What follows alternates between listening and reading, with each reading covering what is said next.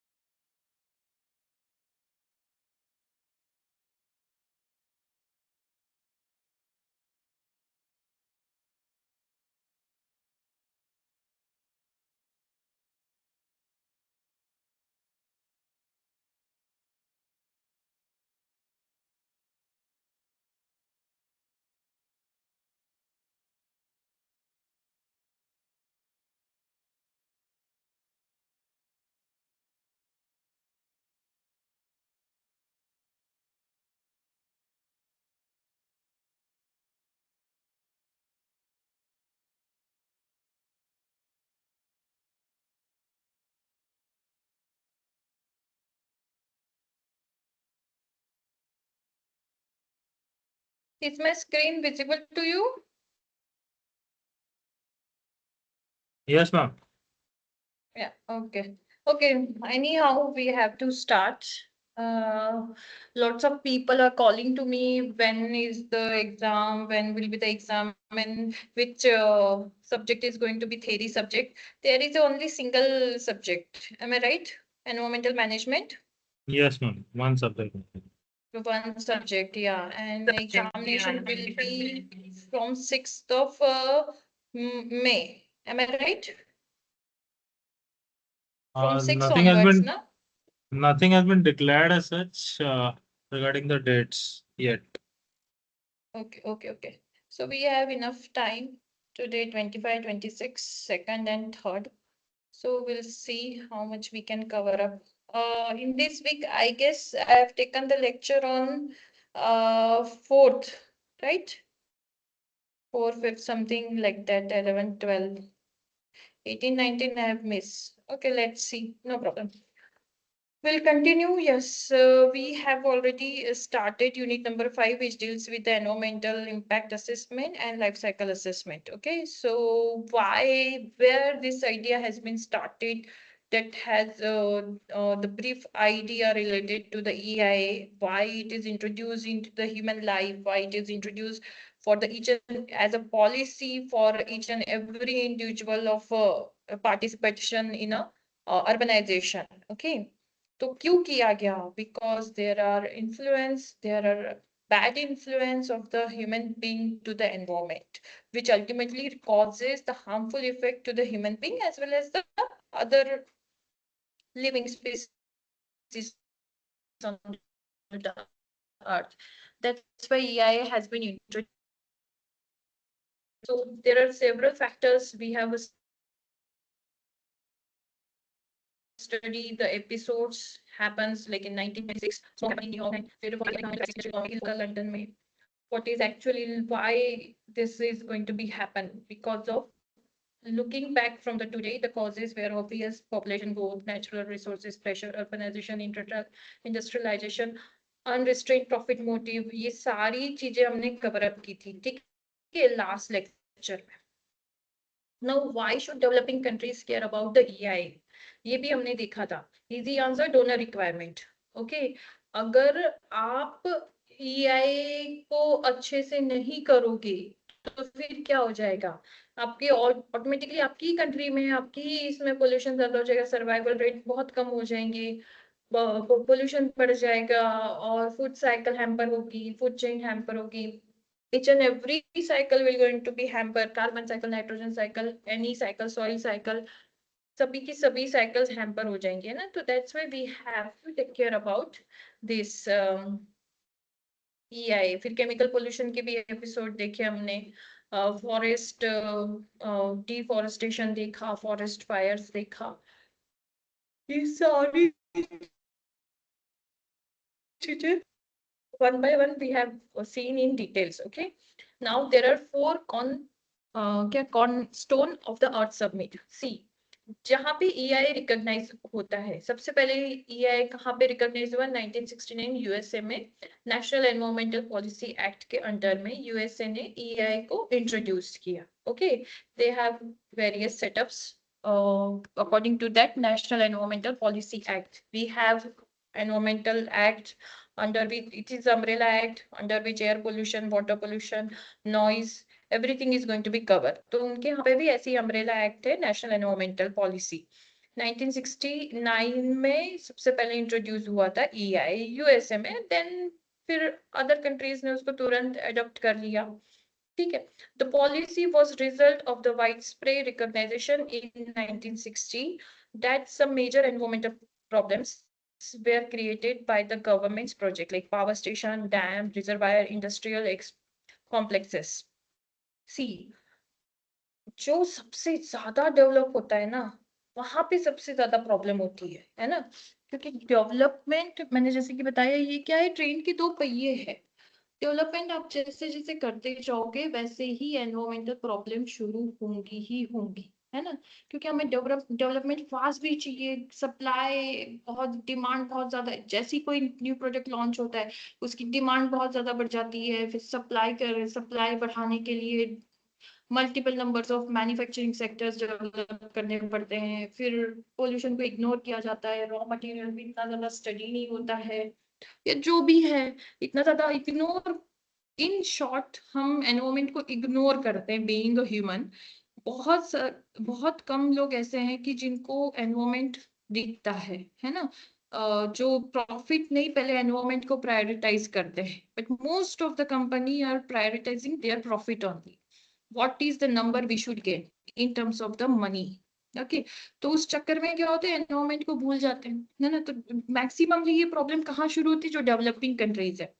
आम भाषा में अगर कॉमन एग्जांपल से समझाने की कोशिश करो तो हम सब लोग कहते हैं शहर की हवा बहुत गंदी है, और गांव की हवा जाओ तो बिल्कुल शुद्ध पानी, शुद्ध हवा, बहुत अच्छी ठंडी हवा, ये सब चीजें। क्यों क्यों गांव में ये सब है, क्योंकि वो डेवलप नहीं है ना। और शहर में देखो तो ऑटोमाइजेशन है, ऑटोमोबाइल्स चल रही है, व्हीकल्स चल रही हैं, आपके एयर कंडीशनर, कूलर, और सॉरी एयर कंडीशनर, और फिर उसके बाद में water, electric supply of refrigerators, there are several things are happening in the city due to which the pollution is get increase, है ना। तो यही एक आप आम तरह से समझ सकते हैं कि दोनों चीजों की वजह से कैसे, मतलब जो डेवलप नहीं है, ऐसा नहीं है कि गांव की लाइफ अच्छी नहीं है, कंफर्टेबल नहीं है, yes they are moving towards the comfortability as well as, है ना, गांव में कंफर्टेबिलिटी भी होती है, पर फिर वहां पे एनवायरमेंट को प्रायोरिटाइज किया जाता है, ना कि शहर में क्या होता है, नहीं हाइजीन होनी चाहिए, ये होना चाहिए,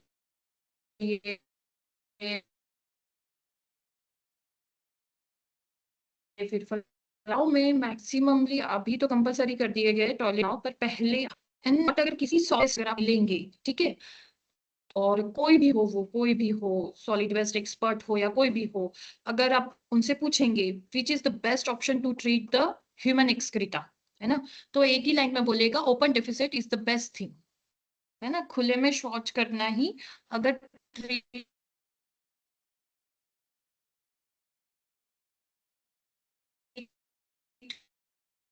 टॉयलेट में क्या होता है, टॉयलेट में मीथेन गैस एक्सपोज होती है, फिर वो बाहर निकलती है, देखो ऐसा नहीं है कि शहर का जो सिटी लाइफ का जो टेम्परेचर है, जो पोल्यूशन है, वो सिर्फ ऑटोमोबाइल से होता है ना. There are number of toilets, okay, which continuously emitting methane gas, hydrogen sulfide, carbon dioxide into the atmosphere.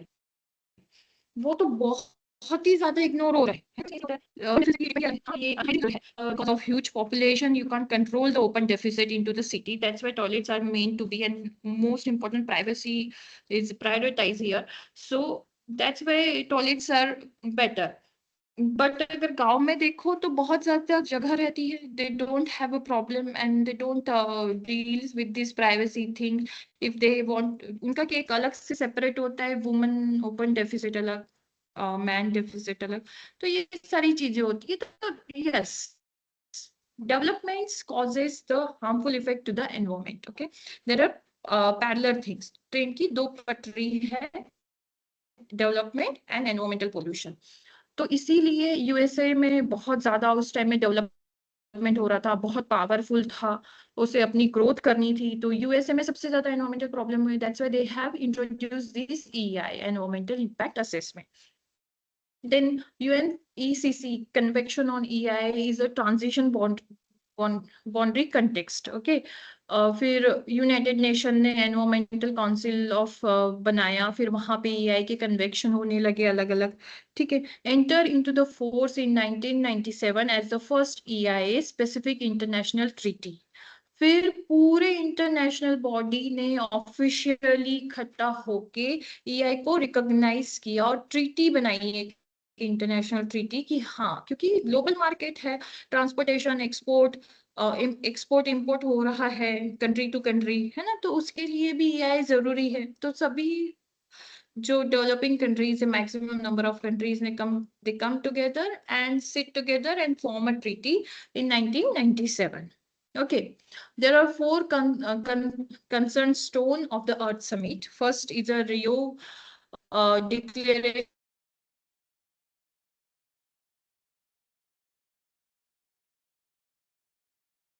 of the environment and principle which provide a guidance on achieving sustainable development.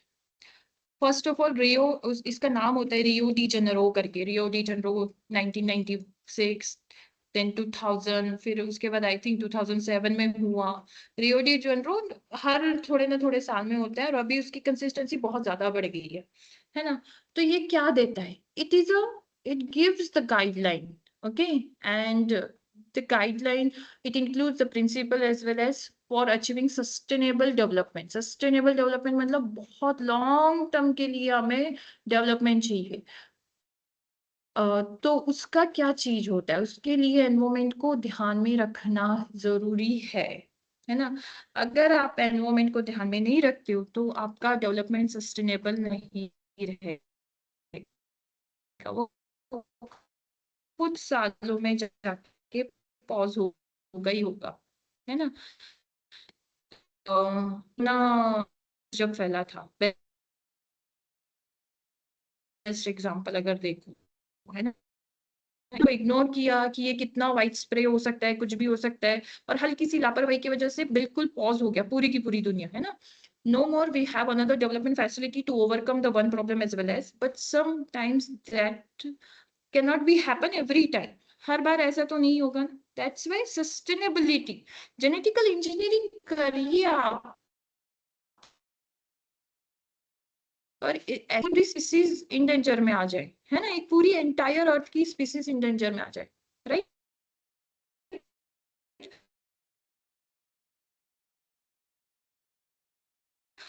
जैसे कि Japanese और Chinese भी काफी genetically engineer चीजें बहुत बहुत अच्छे से कर रहे हैं. जैसे कि अगर आप देखें तो क्या कहते हैं, कई सारे सीड्स, प्लांट्स, फ्लावर ऐसे डेवलप किए कि जिनको मतलब सच में शायद अर्थ अगर अपने से भी डेवलप करती तो करोड़ों साल लग जाने की, तो वो चीजें चाइना कर रहा है. हाँ, तो इस इंडेंजर हो जा रहे हैं ना. क्लाइमेट थोड़ा सा चेंज हो जाता है उसको चीज को लेके. So next is framework convention on climate change. Climate change के लिए बहुत सारे सबमिट्स होते हैं ग्लोबली, नेशनल, इंटरनेशनल लेवल पे. So what is this framework? It is an international treaty to stabilize greenhouse gas concentration in the atmosphere. जैसे कि मैंने बताया था ओजोन लेयर डिप्लीट हो रही थी ग्रीन हाउस गैस का इमिशन बढ़ने के लिए, तो सारे जो भी countries है, they come together, sit together, form a policy to minimize the emission of the greenhouse gas, and then they have they have implement their plan as well, as not only just sitting and planning, they have implemented, applied it to each and every country. Then only the ozone nation, the ozone layer of the earth is now constant level. Okay, they have controlled the greenhouse emission as well as by remodifying their whatever manufacturing sector, raw material or whatever they have, but they have controlled it. तो ये एक convention था. Then convention on biodiversity is an international convention with three objectives. First, conservation of the biodiversity, sustainable use of its component, and equitable sharing of benefits from genetic resources. Yes, मैंने बताया ना, biodiversity इतना complex है कि इसे समझना ही बहुत मुश्किल है ना. सबसे पहले जो अर्थ में ऑलरेडी स्पीसीज है ना, उसी को हम बायोडाइवर्सिटी कहते हैं. ये एक आम भाषा में मैं बता रही हूँ. देयर आर सेवरल डेफिनेशंस, पर अगर आप देखो तो बायोडाइवर्सिटी में बस उतनी ही स्पीसीज आती है जो अर्थ में एक्चुअली मौजूद है ना. जैसे कि ह्यूमन बीइंग या जो भी बर्ड, ये प्लांट्स, ट्री जो नेचुरली है. हम आम भाषा में कहते हैं देसी, है ना, देसी गुलाब होने चाहिए, देसी जो भी है ऑर्गेनिक, जो भी हम कहते हैं ना, उसे हम कहते हैं. तो conservation of that species is necessary, conservation of that biodiversity is necessary. Okay, then sustainable use of its component as well as we are using the species for our benefits, but you have to use it in a sustainable way. Most important, yes, you have to जितनी भी genetically engineer अपन कर रहे हो, genetic engineering कर रहे हैं, उसे नए नए स्पीसीज डेवलप कर रहे हैं, you have benefits with the these things which this convention gives. Then Agenda 21, it's a global program of action for achieving sustainable development to which the countries are politically committed rather than legally obligate, है ना. Agenda 21 जैसे जी submit होता है, बहुत सी चीजें हैं इसमें, सिर्फ हम एक दूसरे पे उंगली नहीं उठाते है ना. अजेंडा 21 का यही कहना है कि आपको एक दूसरे के ऊपर उंगली नहीं उठाना है कि अरे ये देश बहुत डेवलप कर रहा है, इसलिए न्यूक्लियर पावर प्लांट बनाया, इसलिए इतना पोल्यूशन हो रहा है. फिर चाइना ने कोरोना वायरस जेनेटिक इंजीनियरिंग किया, इसलिए कोरोना वायरस से सारी कंट्रीज की इकोनॉमिक ठप हो गई. ये सब नहीं करना है. You don't have to obligate each and everything. You have to do some kind of commitment. Yes, I'll do this thing to improve the environment. Just like in a G21 summit, 21 हुआ था ना, नरेंद्र मोदी जी ने कहा था कि हम 2050 तक pollution कम कर देंगे, CO2 कम कर देंगे, ग्रीन हाउस गैस का एमिशन कम कर देंगे और बहुत ज्यादा एनवायरमेंट पे ध्यान दे देंगे. तो सिर्फ नरेंद्र मोदी जी ने नहीं, अलग अलग प्राइम मिनिस्टर ने और प्राइम मिनिस्टर हैं या प्रेसिडेंट है, उन्होंने भी अपने अपने कमिटमेंट दिए. तो this is agenda 21. It's not कि आप उंगली उठाओ, इट्स लाइक कमिटमेंट दीजिए and you have to apply that commitment. If you are giving commitment then definitely you will going to do something for to give your commitment to be fulfilled. So कुछ ना कुछ तो करेंगे अगर commitment देते हैं तो, है ना. ऐसे ही प्रेसिडेंट बोल के चले जाएंगे तो ऐसा तो नहीं है, वो पूरे कंट्री को रिप्रेजेंट करते हैं, तो इसीलिए वो कुछ ना कुछ तो करेंगे. That's why this agenda 21 has been established. Now फिर इसके बाद में आता है आपका EIA. Okay, how many students are here? Okay, no problem. अगर मेरी स्लाइड नहीं दिख रही, आवाज नहीं आ रहा है तो please, okay, please you can tell me at any time. I'll stop at that time. Okay. Any problem up till now? No, ma'am. Okay. So now moving towards the actually EIA. जैसे कि मैंने बताया, EIA is not related only to one single country. It is related at a global level because of the business development. Transportation, export import and many more things. Okay, manufacturing, कई सारे branch ऐसे foreign के जो यहाँ develop हो रहे हैं, कई सारे हमारे ब्रांच जो फॉरेन में डेवलप हो रहे हैं. सो AI is thing which is applicable to entire world. Okay, now what's EI can be defined as the study to predict the effect of proposed activity or a project onto the environment. Okay, it's not related to depicting a protocol. Okay, एक Bible बना दो बस वो उतना नहीं है. It's a study. First of all आपको पढ़ना पड़ेगा उस चीज के लिए. बाइबल ऐसे ही नहीं लिखी थी, है ना, उसको उतना ज्ञान था इसीलिए उसने लिखा था. जैसे कि कोई भी अगर आप बुक लिख रहे हो तो ऐसे ही नहीं लिख सकते ना, रैंडमली उठे और कुछ भी सफेद पन्नों को काला कर दिया. नहीं, you have to get the knowledge related to that. You have to study. It is a prediction study. Then you have to predict the effect of proposed activity onto the project activity or a project on the environment. Like I said, it is a prediction. मतलब क्या, ये भविष्यवाणी की book बनाते हो आप, EI बनाते हो तो, है ना, भविष्यवाणी कि हाँ हम जो ये प्रोजेक्ट कर रहे हैं या जो भी एक्टिविटी कर रहे हैं उससे एनवायरमेंट को क्या क्या इफेक्ट होंगे. That is nothing but a EI, है ना. पर उसके लिए पहले क्या करना पड़ेगा, study is important. That's why it is defined as the study to predict. Okay, भविष्य लिखना है ना. दैट्स द थिंग, मैं आम भाषा में बता रही हूँ. Okay, then next coming, EI compares the various alternative for the project and seek to identify the one which represent the best combination of the economic and environmental cost and benefits. Yes, this is the thing. You just not only predict the effect, okay, harmful effect. फिर क्या फायदा अगर भविष्यवाणी में बस बोल दिए कि हाँ इसके वजह से ये होगा, है ना. जैसे कि आपने कोई मशीनरी लाई है, उसमें पोल्यूशन बहुत ज्यादा होगा, कार्बन मोनोऑक्साइड ही मीट होने वाला है और 50% तक जितना भी फ्यूल वो लेगा उसके 50% क्वांटिटी में कार्बन मोनोऑक्साइड वो रिलीज करेगा. बट क्या फायदा इसका, कोई फायदा ही नहीं ना भविष्यवाणी बताने का, है ना. You have to propose the alternative for that also, है ना. अगर ये इतना 50% कार्बन मोनोऑक्साइड प्रोड्यूस कर रहा है तो हम कुछ ऐसा कुछ करिए, कार्बन मोनोऑक्साइड का जो परसेंटेज है वो कम कर दे, एटलीस्ट कुछ नहीं तो 50% को 15% तक ला सके, है ना. You have to find the alternative, seek to identify one which is the best combination for economic and environment. Yes, जो कोई भी एनवायरमेंट का पर्सन होता है ना कंपनी में, वो अगर सीईओ नहीं है ना तो उसे अपने सीईओ के हिसाब से लिखना पड़ता है, इकोनॉमिक वे में लिखना पड़ता है. अगर सीईओ एनवायरमेंट का पर्सन है तो हाँ फिर वहां पे एनवायरमेंटल कॉस्ट जरूर आती है, क्योंकि डेवलपमेंट पैरामीटर्स है. जैसे कि बताया मैंने, कोई मशीनरी है ना, जो कार्बन मोनोऑक्साइड का परसेंटेज कितना दे रही है, 50% तक दे रही है कार्बन मोनोऑक्साइड, पर वो बहुत ही इकोनॉमिकल है. मतलब उससे जो भी आप प्रोजेक्ट बना रहे हो समझो वो 10 रुपए का प्रोजेक्ट बन रहा है, ठीक है. बट EI कह रहे नहीं नहीं, ये तो 50% तो बहुत ज्यादा है, लीगली ऑफेंस हो जाएगा, फिर आपको ऑब्जेक्शन लग जाएगा, फलाना फलाना, कंपनी बंद हो सकती है, इतना इमिशन करेंगे तो ये ग्रीन हाउस गैस में आता है, ऐसा वैसा, है ना.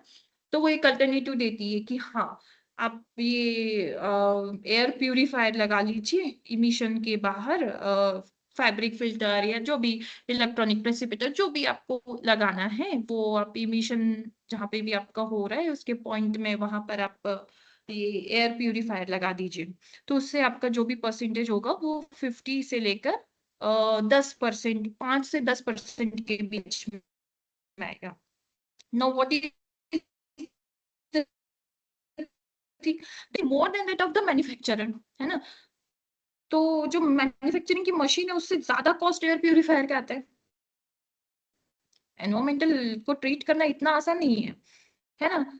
तो जो आपकी प्रोडक्ट की कॉस्ट थी, जो मैन्युफैक्चरिंग मशीनरीज थी, वो जो प्रोडक्ट बना रही थी उसकी कॉस्ट 10 रुपए थी और एयर प्यूरिफायर लगाने के बाद में 20 रुपए हो गई, है ना. तो मार्केट में वही प्रोडक्ट अगर 15 रुपए में मिल रहा है तो कोई 20 रुपए का तो लेगा नहीं ना. बट इनिशियली पेरेंट कॉस्ट अगर बिना एयर प्यूरिफायर के देखे तो 10 रुपए थी, इसलिए उसने ये प्रपोजल एक्सेप्ट किया था. तो फिर अब यहाँ पे प्रॉब्लमेटिक हो जाती है कि 20 रुपए का प्रोडक्ट मेरा तो कोई खरीदने वाला नहीं है, ये मशीनरी लगा के 50% होगा इमिशन, और अगर एयर प्यूरिफायर लगाए तो 20 रुपए हो जाएगी, तो वहां पे फिर कॉम्प्लेक्स आता है। Now how you have to solve it, resolve it. तो फिर वहां पे कुछ ना कुछ ऐसी अल्टरनेटिव्स आपको देना है कि जिस वजह से कंपनी की जो भी प्रोडक्ट वो बना रही है ना, XYZ जो प्रोडक्ट बना रही है, जहां पे मार्केट में उसकी कीमत 15 रुपए है, और आप के EI की वजह से उसकी कीमत 20 रुपए हो जाएगी, तो फिर you have to minimise the environmental cost. Now you have to degrade the quality of the air purifier. तो डिग्रेड करने के बाद में आप कुछ नया प्रपोजल देते हो, नया अल्टरनेटिव, कि हाँ चलो ये वाला एयर प्यूरिफायर लगा लो, इससे आपका जो कार्बन मोनोऑक्साइड का परसेंटेज 50 से 30% हो जाएगा, बट आपकी प्रोडक्ट की कॉस्ट सिर्फ 12 रुपए हो जाएगी, मतलब 2 रुपए से बढ़ जाएगी, 12 रुपए हो जाएगी, है ना। मार्केट में 15 रुपए, आपकी 12 रुपए हो जाएगी, तो ऑब्वियसली 3 रुपए बचेंगे, तो आपका ही प्रोडक्ट सबसे ज्यादा बिकने वाला है। तो this is how you have to find out the alternative ways, okay. But you have to think about economic as well as and the environmental cost. 50 से 30% भी लाना बहुत बड़ी बात है. After development, you can increase that air purifier quality as well as. So these are the things. If EI expert is there, then these are the things he need to think over that, है ना. हर एक point पे manufacturing जब process हम देखेंगे EI की process कैसे होती है, बट हर एक पॉइंट पे मतलब क्या कहते हैं, हमारे एनवायरमेंट के भाषा में देखा जाए ना, तो जो इंडस्ट्री है उसके हर एक सेंटीमीटर का मतलब प्रेडिक्शन होना चाहिए EI में, कि हाँ ये जो कोई भी मशीनरीज है, इसके हर एक सेंटीमीटर में कितना पोल्यूशन हो सकता है, डस्ट हो सकती है, इमिशन हो सकता है, टेम्परेचर हो सकता है, एनीथिंग एनीथिंग, पीएच चेंज हो सकता है, ऑयल लीक हो सकता है, एनीथिंग इज देयर। हर एक सेंटीमीटर, मतलब अगर 200 स्क्वायर मीटर का एरिया है ना किसी इंडस्ट्री का, तो हर एक सेंटीमीटर में क्या क्या प्रॉब्लम होने वाली है वो EI में डिपिक्ट होना चाहिए। अगर बेस्ट EI पर्सन है, कोई एक्सपर्ट है, तो वो हर एक सेंटीमीटर का हिसाब देगा आपको, उसकी बाइबल सबसे ज्यादा मोटी होगी, है ना। तो दीज आर द थिंग, ऐसा नहीं है कि बाइबल मोटी होने से ही सब हो जाता है क्योंकि गवर्नमेंट लॉज आते हैं, कंपनी की कॉस्ट भी आती है, बहुत सी चीजें होती है, और फिर उसको revision there are lots of revision of EI, और फिर वो छोटी छोटी होती जाती है, इंटरनल रिवीजन होते हैं, देन एक्सटर्नल रिवीजन में फिर थोड़े बहुत पन्ने बस पड़ते हैं, that's it. So this is a long procedure. Now let's coming toward the third point, that this EI integrates the environmental concern in development activity right at the time of initiating of preparing the feasibility report. Okay, it's as I already said. Okay. सबसे पहले EI ही आता है. It enables the integration of the environmental concern and mitigation measures in a project development. जो भी आपका project है उसका क्या क्या environmental concern होंगे, क्या क्या मिटिगेशन होंगे, उसके सारे के मेजर्स देते हैं, ठीक है. EI can offer prevent future liabilities और expensive alternation in the project. ये जो का फ्यूचर में जितनी भी लायबिलिटीज आप पे आने वाली है उसको प्रिवेंट करता है, और जो भी आपके अल्टरनेशन जो भी है उसके एक्सपेंसिव को भी कम करता है ना. So these are the things which is included in EI. Now, there are three core values of the EI. Three core values. Okay, integrity. तीन core value में first पहली आती है integrity. EI process should be fair, objective, unbiased and balanced. ठीक है, यही सबसे ज्यादा मुश्किल है. पहली ही जो चीज है ना, वही सबसे ज्यादा मुश्किल है EI में. It should be fair. Development भी होना चाहिए और एनवायरमेंट को हार्मफुल भी नहीं होना चाहिए, ठीक है. और बैलेंस होना चाहिए, बायस नहीं होना चाहिए कि सिर्फ डेवलपमेंट पे फोकस है, EI की रिपोर्ट में सिर्फ डेवलपमेंट पे फोकस है या फिर सिर्फ एनवायरमेंट पे फोकस है, ऐसा नहीं होना चाहिए. इसलिए ऑब्जेक्टिव पहले से सेट होने चाहिए, एम सेट होना चाहिए, और ऑब्जेक्टिव ऐसे सेट करना चाहिए जिस वजह से बैलेंस डिसीजन ले सके, है ना, unbias. So integrity is the first core value of the EI.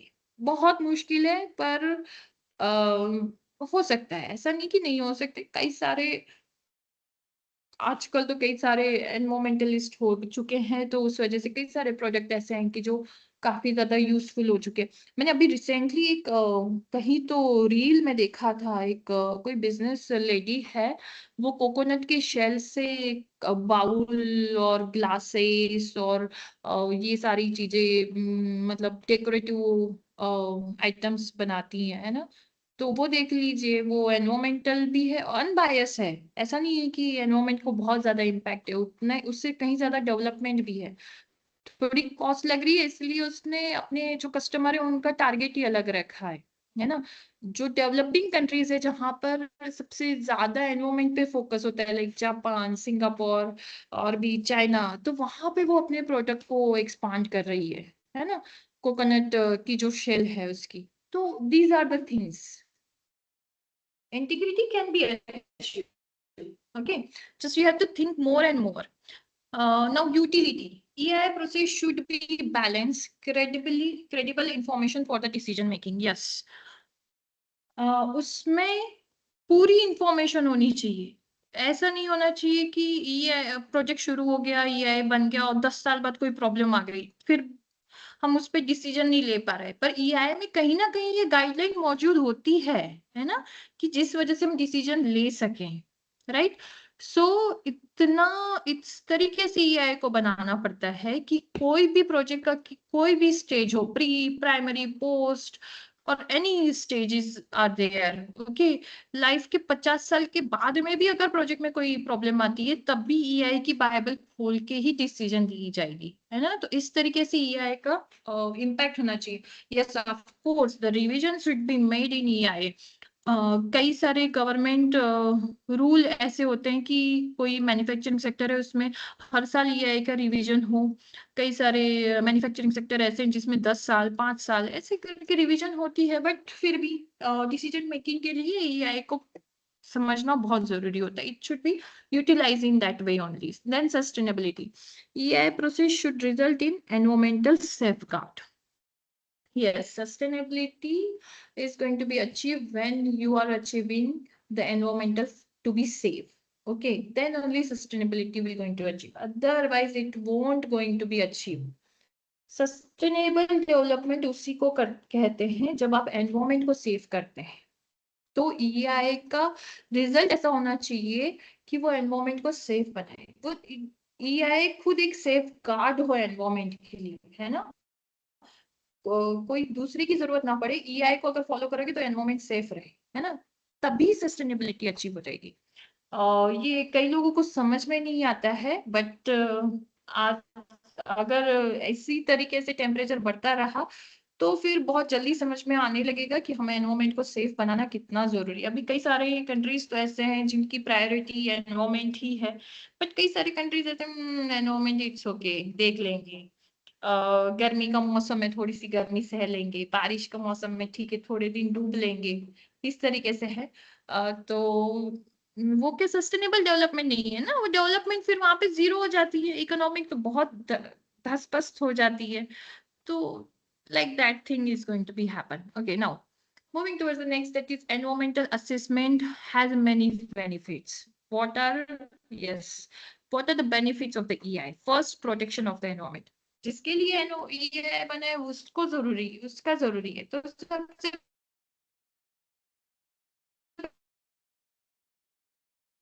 पहले एनवायरमेंट को प्रोटेक्ट करती है EI।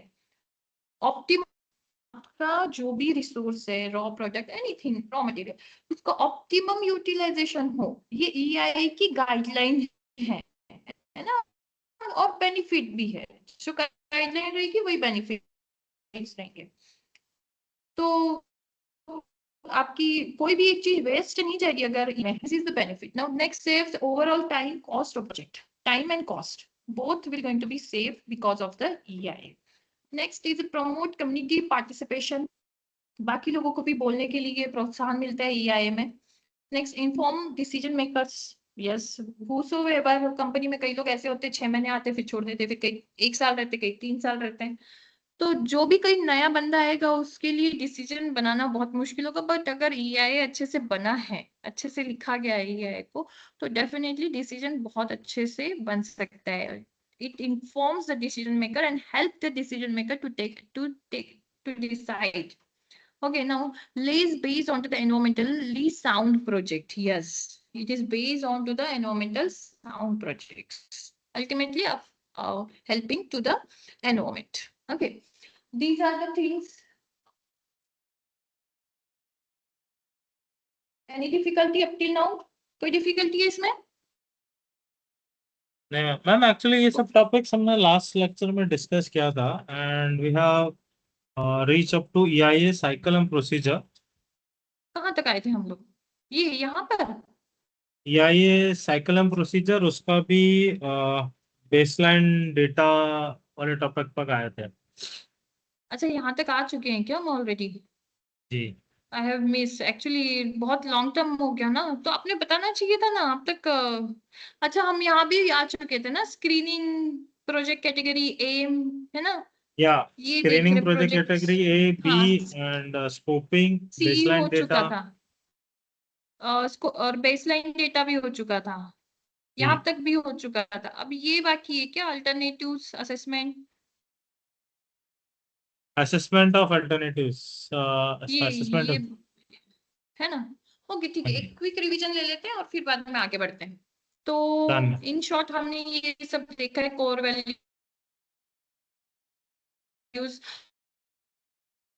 इवैल्यूएशन और हिस्ट्री भी देखी है EI की.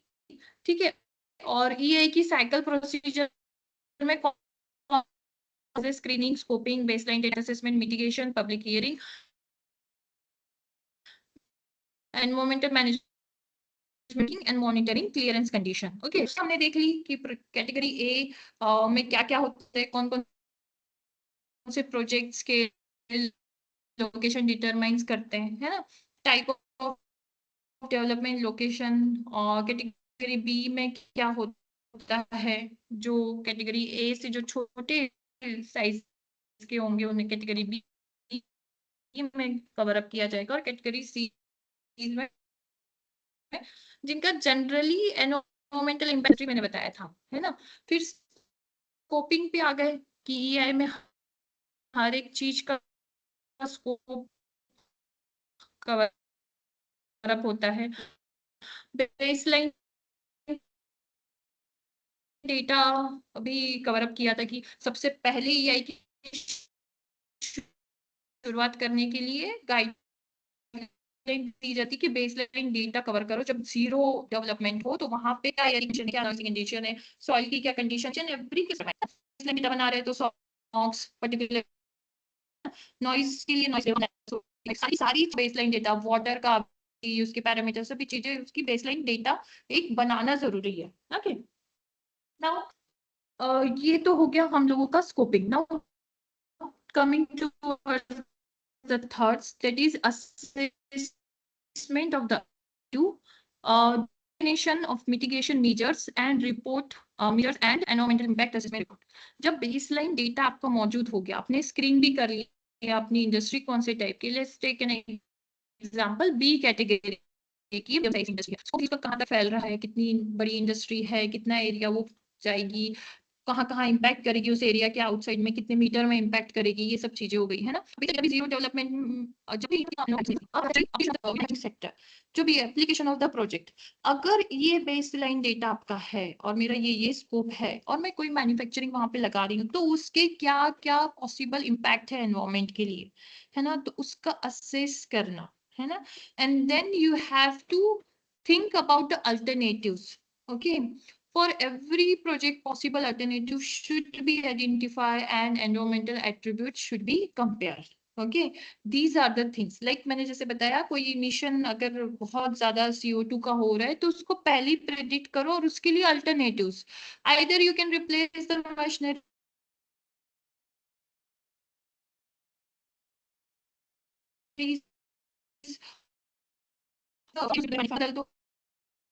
so that emission can be controlled. So you have to give the best possible alternatives for that. Now, alternative of the project location and process technology should be there.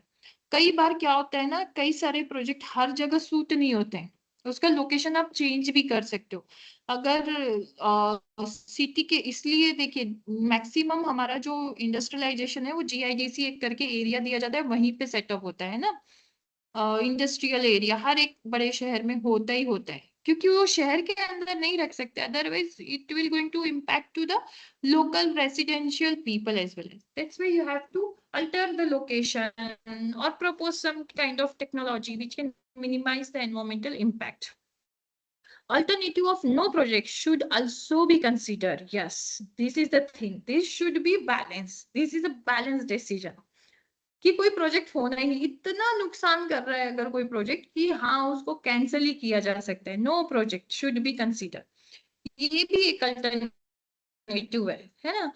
या तो फिर उसको फिर no, ऐसा कई सारे industries होते हैं जिनको नो प्रोजेक्ट के लिए लिया जाता है, फिर काफी ज्यादा रिवीजन होते जाती है and then it is going to be apply. But first decision अगर देखो,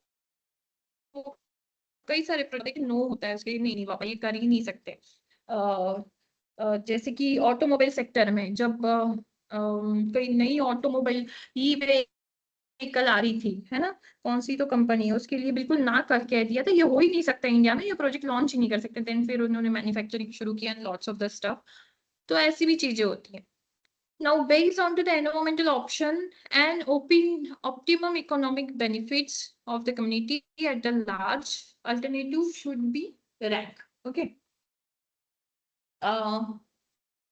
एनवायरमेंटल ऑप्शन के हिसाब से अगर देखा जाए तो ऑप्टिमम इकोनॉमिक बेनिफिट्स होना चाहिए. पैसा बहुत ज्यादा जरूरी है, ध्यान में रखना, है ना. ह्यूमन बीइंग कोई भी अगर डेवलपमेंट कर रहा है, कोई अगर स्टेक होल्डर अपना पैसा लगा रहा है, तो वो चाहेगा कि मुझे मैक्सिमम बेनिफिट हो, है ना. तो उसके लिए एनवायरमेंट प्रायोरिटी नहीं रहती है, उसके लिए अपना मनी बैक होना चाहिए, वो प्रायोरिटी रहती है. बट एनवायरमेंट की वजह से you have to find out optimum economic benefit solution for each and every environment impact. That alternative should be rank कि हाँ.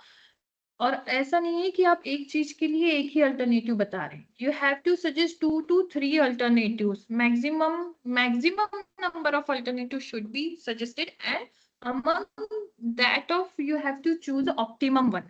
ओके, ऑप्टिमम ऑप्शन चूज करना है कि जिसकी वजह से बैलेंस रह सके, है ना, इकोनॉमिक और एनवायरमेंटल इम्पैक्ट में. So these are the things. Now next is a mitigation plan. Yes, अगर आपको कोई प्रॉब्लम दिख रही है तो उसके लिए मिटिगेशन प्लान, उसे हम कहते हैं एनवायरमेंटल मैनेजमेंट प्लान, EMP. बहुत सारी इंडस्ट्री में आपने पढ़ा होगा. Mitigation plan for selected option have to be drawn and is supplemented with EMP to guide towards environmental improvement. Yes, EMP में सिर्फ ये नहीं सजेस्ट रहेगा कि क्या कहते हैं, तो आपका जो प्रोजेक्ट है उसकी गाइडलाइन की हाँ ये अल्टरनेटिव्स दो, या फिर उसकी रेगुलेटरी मॉनिटरिंग की भी गाइडलाइन रहती है ना. तो EMP काफी वास्ट हो जाता है, वो EI का ही पार्ट है. आजकल EI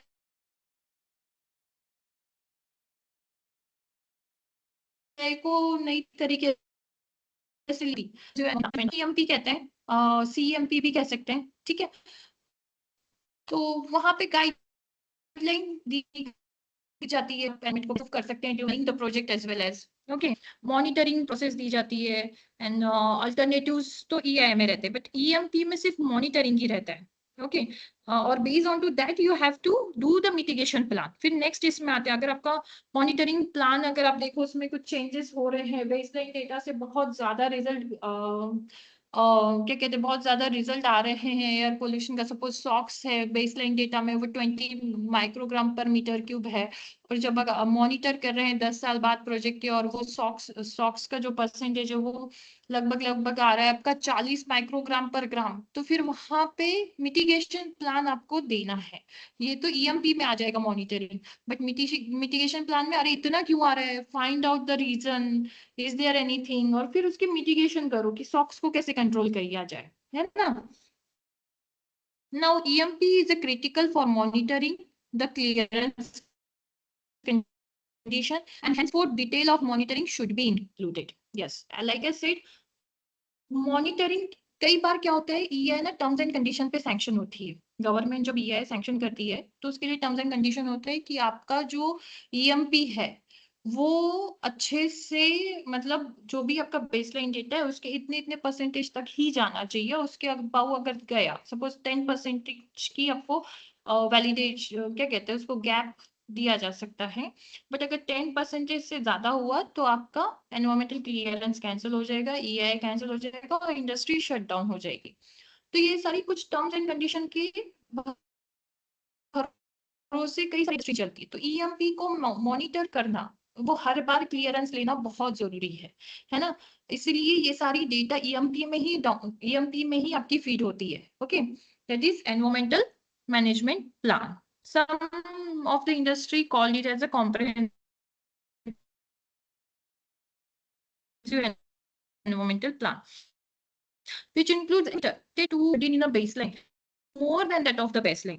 ऐसा नहीं है ईएमटी में सिर्फ सॉइल, एयर, नॉइज ये सब होगा, नहीं नहीं नहीं, जितना बेसलाइन में कवर किया वो और आसपास और भी कुछ है तो वो भी कवर हो जाएगा। जिसमें जो मॉनिटर नहीं भी हो रहा है वो चीज भी हो जाएगी। गंदा पानी सपोज बेसलाइन डेटा में तो नहीं रहेगा ना। कोई इंडस्ट्री अगर आ रही है तो वेस्ट वाटर उसका नहीं निकलेगा जीरो डेवलपमेंट कंडीशन में। वो कब निकलेगा, जब आपका इंडस्ट्री डेवलप हो जाएगी, वहां पे बन जाएगा, वर्कर्स आएंगे, तब वहां पे वेस्ट वाटर जनरेशन होगा। तो वो सारी मॉनिटरिंग की चीजें, उसको कैसे ट्रीट करना है या फिर उसको कैसे रिसाइकल करना है, any any mitigation plan should be there in EIA. और उसका मॉनिटरिंग होना चाहिए में होगा, which is not included in the baseline but you have to include it in the EMP. That EIA future prediction करना है ना। So these are the thing. Now coming towards the next, that is किसी ने देखा है, मैं यही पूछना चाह रही हूँ, कौन कौन है मेरे क्लास में? यस, किसी ने देखा है ये हम किसी के, is there anyone whosoever wants this? Hello, am I audible? Yes, ma'am. Am I audible? Ma'am, you are या audible. सो आपको आपने क्वेश्चन देखा है कहीं पे ईएमपी? ईएमपी देखा है बट ईएमपी आपके अगेन इंडस्ट्री में कहीं देखा है आपने?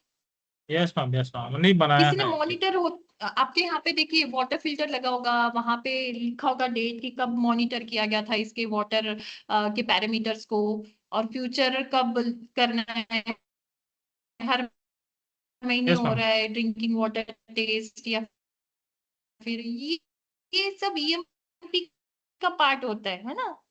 ये तो होगा ना, आपने देखा होगा ये चीज। यस और मैम। चीज इसके अलावा, वाटर फिल्टर के अलावा, ये तो मैंने जनरलाइज बता दी। हाँ, यस यस। तो हमारे इंडस्ट्री में बेसिकली ये वाटर टैंक्स का क्लीनिंग डेट कब है, कब नेक्स्ट है, देन वाटर टेस्टिंग कब करना है, हम्म।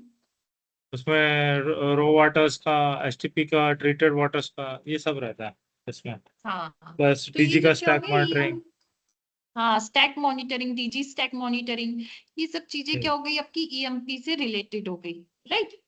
यस। तो these are the things to be included. Okay, so और हेमंत, आपके इंडस्ट्री में है कुछ ऐसा?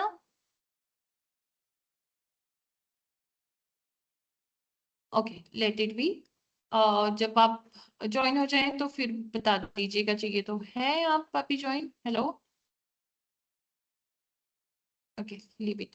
सो ये इस तरीके से कई सारी इंडस्ट्री में आपने देखा होगा। और अभी ये तो वाटर फिल्टर का बता दिया कि ड्रिंकिंग वाटर टैंक क्लीनिंग, है ना। तो ये बेसलाइन डेटा में नहीं होता है कि ड्रिंकिंग वाटर टैंक क्लीनिंग, है ना, पर उसके पैरामीटर्स होते हैं ड्रिंकिंग वाटर के, कि जहाँ वाटर सप्लाई आ रहा है उसके पैरामीटर्स क्या क्या है, तो आपको वो मेंटेन करना होगा, राइट। ऐसी कई सारी चीजें होती, कई सारी इंडस्ट्री होती है जहाँ पे कई सारी चीजों का मॉनिटर करना बहुत जरूरी होता है। Okay, so this is about the EMP. Now moving toward the next, that is, thus EIA report prepare should provide a decision maker with the information on different environmental scenario, like with project, without project, with project alternative, uncertain should be also reflected in EIA report. Yes, मैंने जैसे कि बताया कि EIA report जब बनती है ना, it provides the information to the decision maker. Decision makers में सबसे पहले तो समझ लीजिए कौन कौन आते हैं, है ना। डिसीजन मेकर सबसे पहले आते हैं जो खुद EI लिख रहा है वो, ठीक है। फिर वो किसके लिए लिख रहा है ना, जो कोई भी XYZ इंडस्ट्री उसके लिए लिख रहा है, तो वहां वो एक और डिसीजन मेकर हो गया आपका। नेक्स्ट फिर उसके बाद में और डिसीजन मेकर आते हैं गवर्नमेंटल बॉडीज, ये भी एक डिसीजन मेकर है ना। तो और फिर देन पब्लिक हियरिंग जो होती है वो EI, वो भी डिसीजन मेकर्स है। तो these are the 4 categories of the decision makers in EI, broad category. तो ये इंफॉर्मेशन देती है ना। EI में डिटेल में होता है विथ प्रोजेक्ट एनवायरनमेंट को क्या क्या अफेक्ट होता है ना। तो ये डिटेल में EI में लिखा होगा। देन विदाउट प्रोजेक्ट, तो बेसलाइन डेटा जो लिखी जाती है वो विदाउट प्रोजेक्ट ही होती है, कि विदाउट प्रोजेक्ट यहाँ पे कितना अच्छा चीजें थी, है ना, या कैसी कैसी चीजें थी। और विथ प्रोजेक्ट, हम प्रोजेक्ट अगर लॉन्च करेंगे, XYZ कोई भी इंडस्ट्री हम बना रहे हैं, let's take an example of the textile industry. मेरी फेवरेट है टेक्सटाइल, इसलिए मैं हमेशा टेक्सटाइल के बारे में बताती हूँ।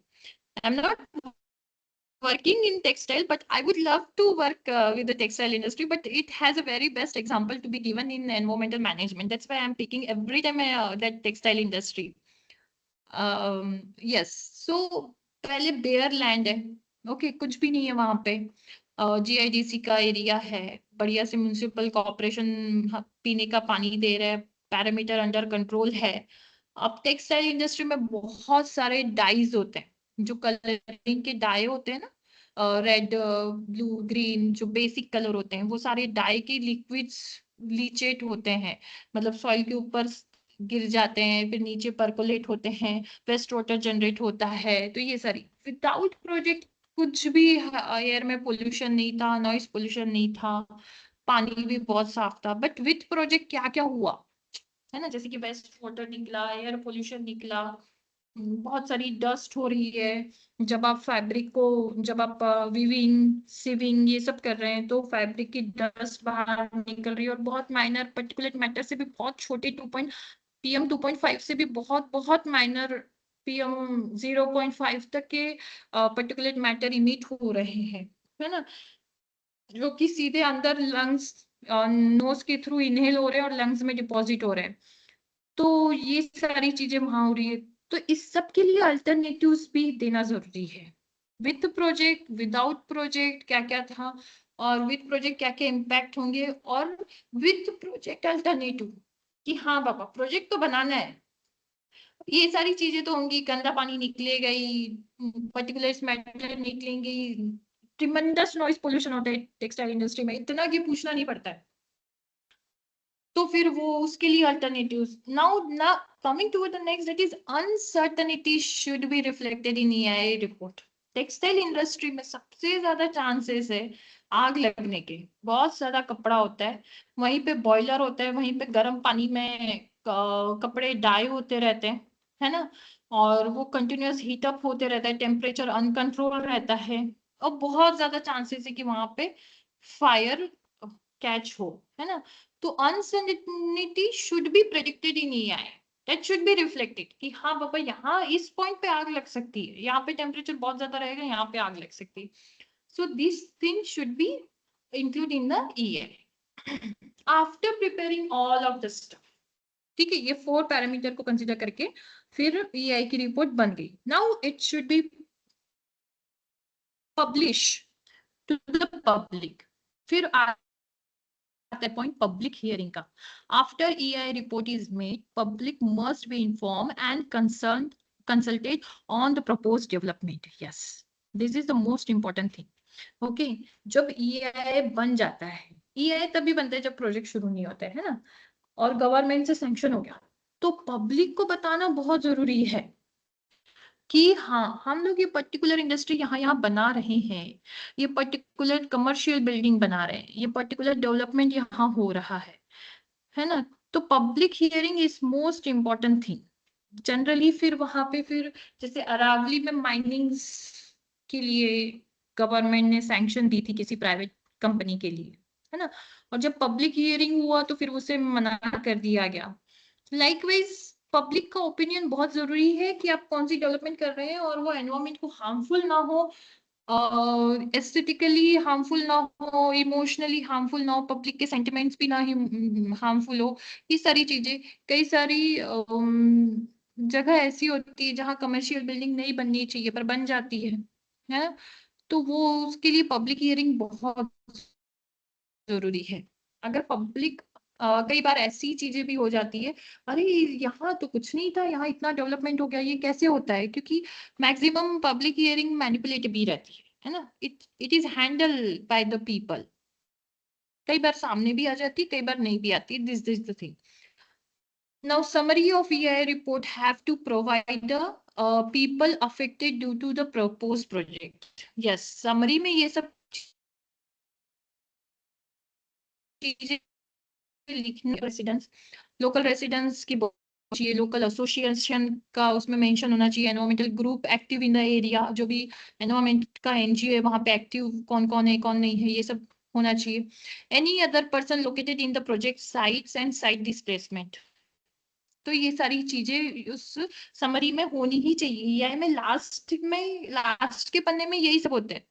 बोनाफाइड होता है लोकल रेसिडेंस का, फिर लोकल एसोसिएशन का, local group, environmental active group का, ये सारे बोनाफाइड होते हैं। फिर उनके ओपिनियन होते हैं, सर्वे के रिजल्ट होते हैं कि हाँ किसी को प्रॉब्लम है किसी को नहीं है। सर्वे में 10-15 क्वेश्चन होते हैं, फिर उसके हिसाब से टिक मार्क किया जाता है, नंबरिंग दी जाती है, 1 to 10 स्केल होती है, लॉट्स ऑफ द स्टफ आते हैं। तो ये सब ये है कि लास्ट के पेजेस में होता है। Now moving towards the decision making, we'll take a short break of 5 minutes and then we'll start. Okay.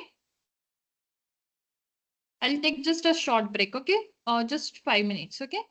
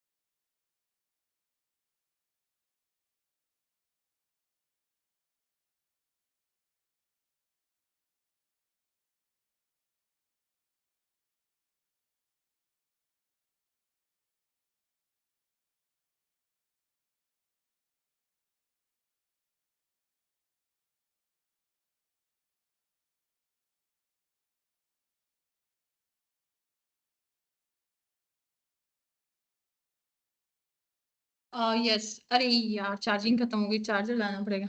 Okay, just give me 1 minute. I'll come back and get the charger of my laptop.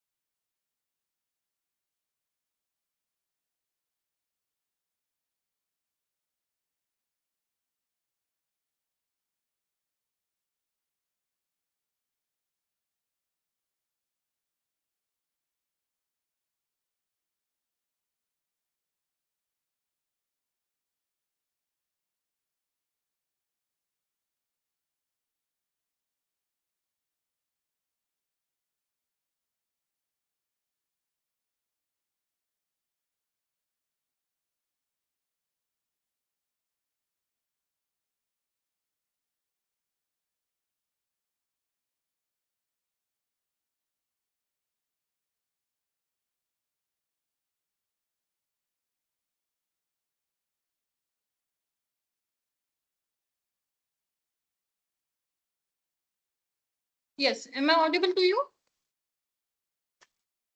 Yes, Hello? ma'am. Yes, ma'am. Yeah. Yes, ma'am. So we'll start.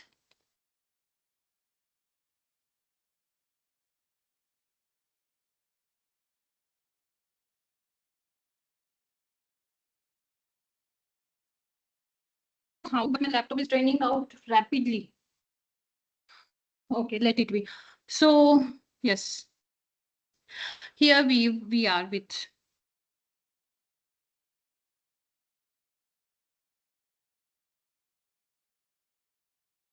that is a decision making. आप preparing, evaluating और मतलब project के पहले क्या था, project होने के बाद क्या होगा, क्या क्या प्रॉब्लम्स होंगे, वो सारे मिटिगेट भी कैसे होंगे विद ऑप्टिमम इकोनॉमिकल कॉस्ट, है ना. तो ये सब होने के बाद में decision making is there. Okay, that is consultation between the project proponent, assisted by the consultant, and impact assessment authority. Okay, assisted by an expert group if necessary. EI ऐसा नहीं है कि सीधे हम कोई प्रोजेक्ट बना रहा है, उसने EI पर्सन हायर किया या उसकी कंपनी का है, उसने बनाया, सीधे गवर्नमेंट के पास गया. नहीं, ऐसा नहीं होता है. Okay, EI includes several parameters based on to the category of the industry. अगर A टाइप की इंडस्ट्री है तो वहां पे EI का क्लियरेंस लेते डिसीजन मेकिंग जो बॉडीज है वो 6 बॉडीज होती है, और फिर इंक्रीज भी हो सकती है depending on to the scope as well as. Okay, normal B category अगर रहती है तो 4 तो रहती है. एक खुद इंटरनल, फिर एक एक्सटर्नल एजेंसी को हायर किया जाता है, पब्लिक एंड गवर्नमेंट, इस तरीके से 4 होती है बी कैटेगरी में. ए में बहुत सारे होते हैं, ठीक है, उन क्रॉस वेरीफाई करने के लिए, क्योंकि वो बहुत ज्यादा लार्ज स्केल इंडस्ट्री है ना. तो डिसीजन मेकिंग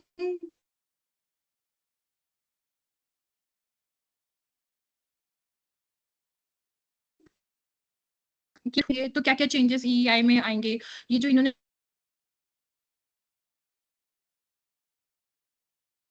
दिए हैं इसमें से इन्होंने कहा है कि नहीं 4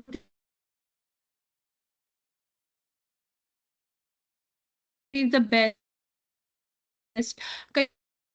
ऑप्शन करती है उस प्रोजेक्ट को, है ना.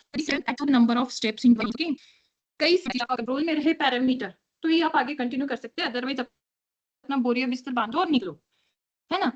तो वहां पे EMP का रोल बहुत बड़ा होता है. EMP is a shortest thing और one of the parameter included in the EI. उसको बाद में फिर सेपरेट भी कर दिया जाता है category wise of the industry. इस तरीके से डिसीजन लिया जाता है. Now the next, that is monitoring the clearance condition. This is the most important thing. Okay, jab okay, we'll discuss this. Monitoring should be done during both construction and operational phase of the project. जो भी decision लेता है, last जो stake holder होता है कि project establish होना चाहिए नहीं होना चाहिए, क्या टर्म्स एंड कंडीशन होती है, व्हाटएवर, तो उसका मॉनिटरिंग करने के लिए वो खुद से अपनी एक बॉडी बिठाता है ना। ऑडिटर जो हम कहते हैं ना, ऑडिट होने वाला है अब हमारा, ऑडिटिंग के लिए फेजेस आने वाली है, ऑडिटिंग की टीम आने वाली है, ये ऑडिट रहेगा। कई जगह पे गवर्नमेंट डायरेक्ट ऑडिटर बनती है, कई जगह पे कोई थर्ड पार्टी हायर होती है, something like that. Okay, that monitoring should be done during both construction and operational phase.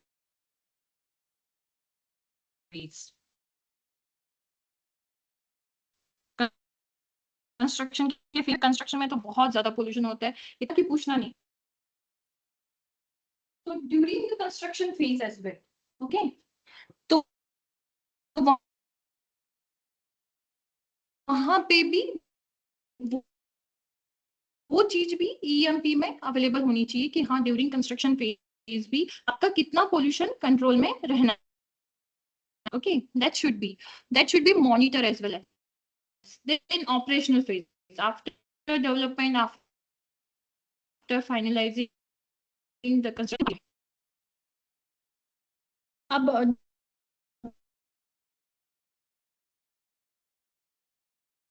Development phase में भी क्या क्या आपको are compile and then if the predict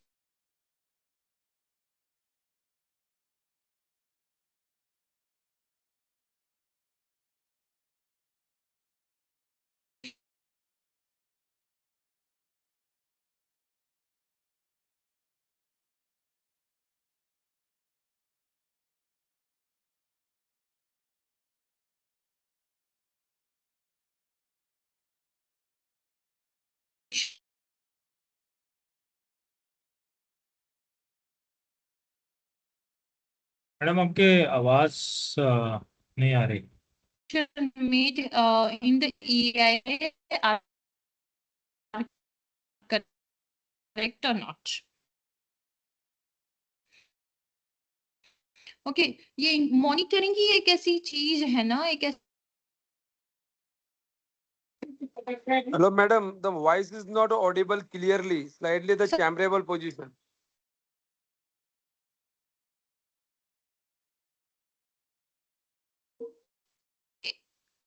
अब आ रहा है क्लियर आवाज? Hello Yes, yes, yes. अभी हेलो, आ रहा है. Yes. हाँ अभी आ रहा है, madam. Yes. हाँ जी जी जी। तो मॉनिटरिंग एक ऐसी चीज है जो सबसे क्या कहते हैं जो क्या कहते हैं EIA करेक्ट है या नहीं करेक्ट है ये डिसाइड करती है, और फिर उसी हिसाब से आपके प्रोजेक्ट के ऊपर जो भी लीगल एक्शन होती है, फाइन बोलो या जो भी करेक्टिव एक्शन, जो भी टर्म्स आप वो आप ले सकते हैं, डिसीजन मेकर ले सकता है ना। यही सबसे ज्यादा करप्शन लाइन है। अगर आप देखें तो इंडिया में सबसे ज्यादा करप्शन यही होता है मॉनिटरिंग फेज में, है ना। EIA बन जाता है, EIA बनाना कोई बड़ी बात नहीं है, ऑलरेडी बहुत सारे प्रोजेक्ट रन EIA बनाया जाता है, प्रेडिक्शन की जाती है, जो भी पैरामीटर्स है, जो भी कोई भी मशीनरी लोगे उसका तो PUC हो जाता है, पोल्यूशन अंडर कंट्रोल बोर्ड हो जाता है, उसको PUC मिलता है, कैलिब्रेटेड रहती है जो भी मशीनरीज आती है, तो उसमें कोई प्रॉब्लम नहीं आती। तो EIA में अगर प्रॉब्लम आता नहीं है तो चलो ठीक है करेंगे, क्योंकि वो भविष्यवाणी है ना, एक्चुअली कुछ नहीं, फ्यूचर प्रेडिक्शन है। और EIA क्लियरेंस भी मिल जाता है, ऐसी इंडस्ट्री आप उसमें इंक्लूड कर लो कि ऐसी हमारे इंडस्ट्री सूरत में भी है, हैदराबाद में, बनारस में है, या जहाँ भी ऐसी, और सेम स्केल की इंडस्ट्री कैटेगरी B की इंडस्ट्री है, और ये उनके पोल्यूशन ये उस हिसाब से कंट्रोल कर रहे हैं इस तरीके से। एक्चुअल प्रॉब्लम मॉनिटरिंग में आती है। ये है क्लियरेंस मिल गया, सब डिसीजन लेकर खुश हैं, ओके हमारे यहाँ डेवलपमेंट हो रही है, पब्लिक ने भी हाँ बोल दिया, सब सब सब सब चीजें अच्छी होगी। जब कंस्ट्रक्शन हो जाता है, ऑपरेशनल फेज आता है, फिर वहां मॉनिटरिंग की फेज जब आती है, तो वहां ही सबसे ज्यादा होता है। बीच में न्यूज में एक आर्टिकल भी आया था, है ना, उसका टाइटल ही ऐसा था, मतलब मुझे एग्जैक्ट वर्डिंग्स नहीं पता है, बट उसमें ऐसा लिखा था कि मॉनिटरिंग ने अपना एक अलग से बिजनेस बना के रखा है करप्शन के लिए। आजकल कई सारी थर्ड पार्टी, अगर आप इंडिया में देखें तो थर्ड पार्टी है मॉनिटरिंग को क्लियरेंस देने के लिए, है ना। तो these are the things that are happening in India as well as, but monitoring अगर bias हो तो अच्छा रहता है. It help to the operational as well as environmental. Okay, so this is the thing. Yes. तो अब तक हमने क्या देखा? First of all propose EI process कैसे कैसे रन हो रही है, फ्लो बाय फ्लो देखें. तो पहले प्रपोज आइडेंटिफिकेशन कि हाँ कोई हमें इंडस्ट्री बनानी है, स्क्रीनिंग कौन सी कैटेगरी में आ रही है, देन इनिशियल एनवायरमेंटल एग्जामिनेशन, कौन कौन सा इनिशियल एनवायरमेंटल एग्जामिनेशन होना चाहिए उसमें, एयर, नॉइज, soil, ये सब चीजें, water quality, okay, and then how much is the emission, which are the equipment to be used, how they are going to be used, how they are going to be placed, they are safe and sound or not, and all of this stuff. फिर उस हिसाब से EI की जरूरत है या नहीं है ना? तो कितने स्केल के हिसाब से स्कोप अगर देखा जाए तो इसे हम क्या स्कोप की कैटेगरी में करेंगे. स्कोप अगर वो आ रही है, तो अगर कैटेगरी सी में फॉलो हो रही है तो CEI की जरूरत नहीं है, बी और ए में है तो CEI की जरूरत है. अगर EI रिक्वायर है तो फिर क्या होगा उसमें? पहले तो स्कोपिंग आ जाएगा, फिर इम्पैक्ट एनालिसिस आ जाएगा कि कहाँ कहाँ एनवायरमेंट में वो इम्पैक्ट कर रही है, then mitigation and impact management. Okay, कि जितने भी हार्मफुल हजार्ड है, जैसे टेक्सटाइल इंडस्ट्री है, पर्टिकुलेट मैटर बहुत ज्यादा हो रहा है, तो उसे हम लोग कैसे कंट्रोल कर सकते हैं? एयर प्यूरिफायर लगा के ही कंट्रोल किया जा सकता है, या अगर काम कर रहे हैं उनको कंपलसरी आपको मास्क लगाना ही बहुत जरूरी है ना. Water sprinkling in open area, water sprinkling कर सकते हैं ताकि जो पर्टिकुलेट मैटर है उसे कंट्रोल कर सके. नॉइज पोल्यूशन तो होगा ही होगा, क्योंकि टक टक टक टक मशीनरी, जैसे कपड़े सीते हैं ना तो मशीन कैसे भागती है, आपने देखा होगा टेलर के पास वाला, वो बहुत सोचिए उसमें एक नीडल होती है ना, एक नीडल होती है तो वो मशीन इतनी आवाज करती है. ऐसी कई सारी मशीनरी है टेक्सटाइल इंडस्ट्री में जहां पे 100 नीडल्स रहती है, 100 needles at the time work करती है, जो थ्रेड्स होते हैं ना उस पे. तो सोचो वो कितना नॉइस पोल्यूशन करेगी. तो टेक्सटाइल इंडस्ट्री में सबसे ज्यादा नॉइस पोल्यूशन ही होता है. फिर वहां पे PPE किट का इम्प्लीमेंटेशन होता है. जो अच्छी टेक्सटाइल इंडस्ट्री होती है पर्सनल प्रोटेक्टिव किट का या इक्विपमेंट का अपने जो भी वर्कर्स है उनको देती है. उसमें क्या क्या रहता है? एक ईयर प्लग रहते हैं, फिर उसके बाद में मास्क रहता है, एक सेंसर रहता है कि कोई आपको बुला रहा है नहीं बुला रहा है उसके लिए, नहीं सेंसर हाथ में बहुत पैसा बनाते हैं. हमारे यहाँ तो कहीं नहीं देखा मैंने, बट फॉरेन में रहता है ये सब सेंसर की. जब आप ईयर प्लग पहनते हैं तो कोई आपको बुला रहा है, फायर लगी, अलार्म कैसे सुनाई, वो सेंसर हाथ में वाइब्रेट होते हैं वो सारे सेंसर. तो इससे PPE किट होती है. तो ये सब मिटिगेशन, राइट. और ये सबका मिला के एक EI रिपोर्ट बनाओ, और जो जिसने बनाया उसको रिव्यू करो इंटेलिजेंट सभी. फिर डिसीजन मेकर के पास में चाहिए 4 तरह के decision maker, public, internal and external. फिर उस हिसाब से उसको अप्रूव मिलता है नहीं मिलता है, अगर नहीं मिलता है रीडिजाइन करो, रीसबमिट करो. अप्रूव मिलता है तो इम्प्लीमेंट करो. Information from this process contribute to effective future of the EI. Public involvement बहुत है. अगर आप कोई भी तो डिसीजन मेकर स्टेक होल्डर कोई है तो वो पब्लिक है ना. अगर उनके बिना पूछे करोगे तो हाँ आजकल कई सारे तरीके हैं, बट बहुत जरूरी है, वही सही डिसीजन देती है कि हाँ ये करना चाहिए नहीं करना. Public is most important. Public as a decision maker is the most important during the EI process. So this is all about the EI cycle and its procedure. How it will be conducted. इस सारा flow में EI होता है. Now the components of the EI. Okay. क्या क्या components होते हैं? It's a comprehensive EI and rapid EI. Vary only the time scale of the data supplied. दो तरह के हैं, कॉम्प्रिहेंसिव EI और रैपिड EI. टाइम स्केल के हिसाब से बहुत जल्दी EI कर दो तो उसको रैपिड कह लेंगे, और अच्छे डिटेल उसको कॉम्प्रिहेंसिव ले लेंगे कह लेंगे. जनरली डेवलपिंग कंट्रीज में रैपिड EI इसका होता है जो सबसे ज्यादा पोल्यूशन करता है, उसका रैपिड एफर्ट होता है.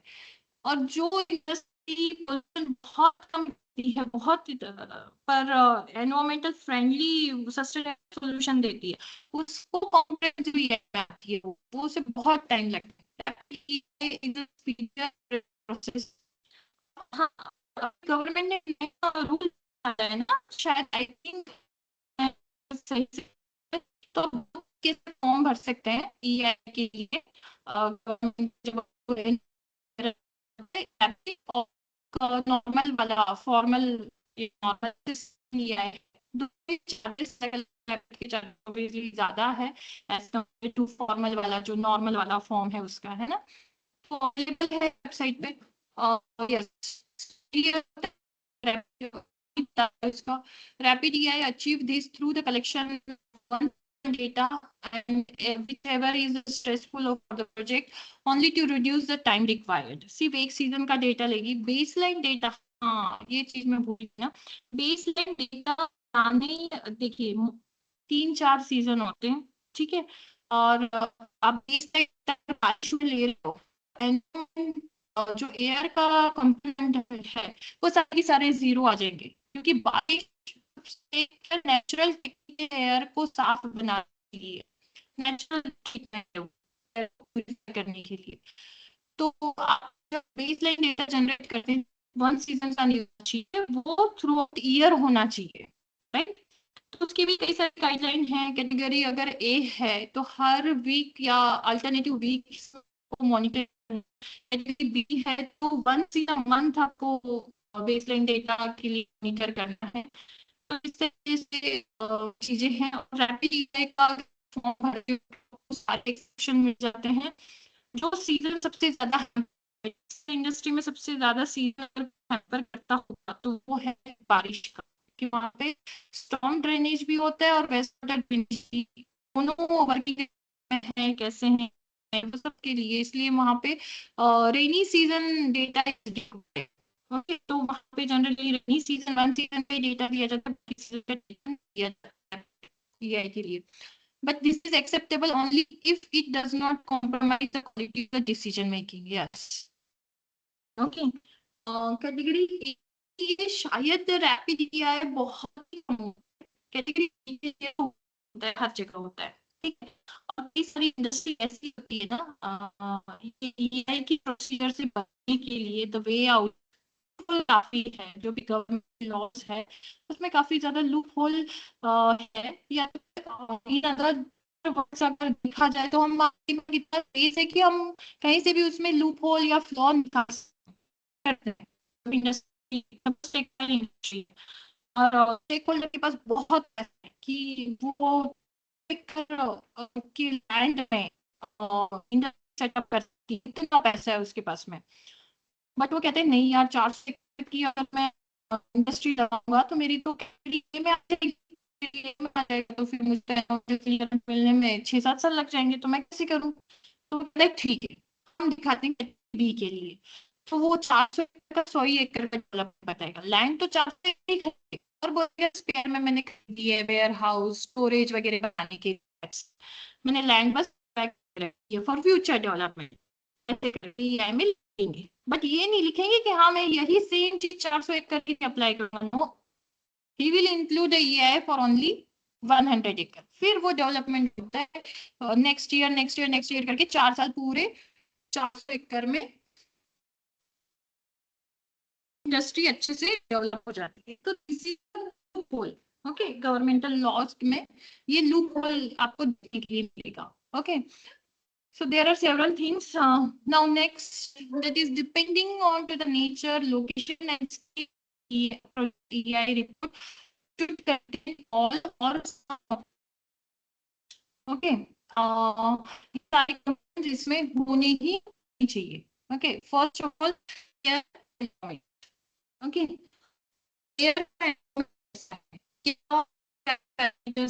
क्या क्या नहीं थे, इनिशियल बेस इन्वॉल्व होनी चाहिए। ओके,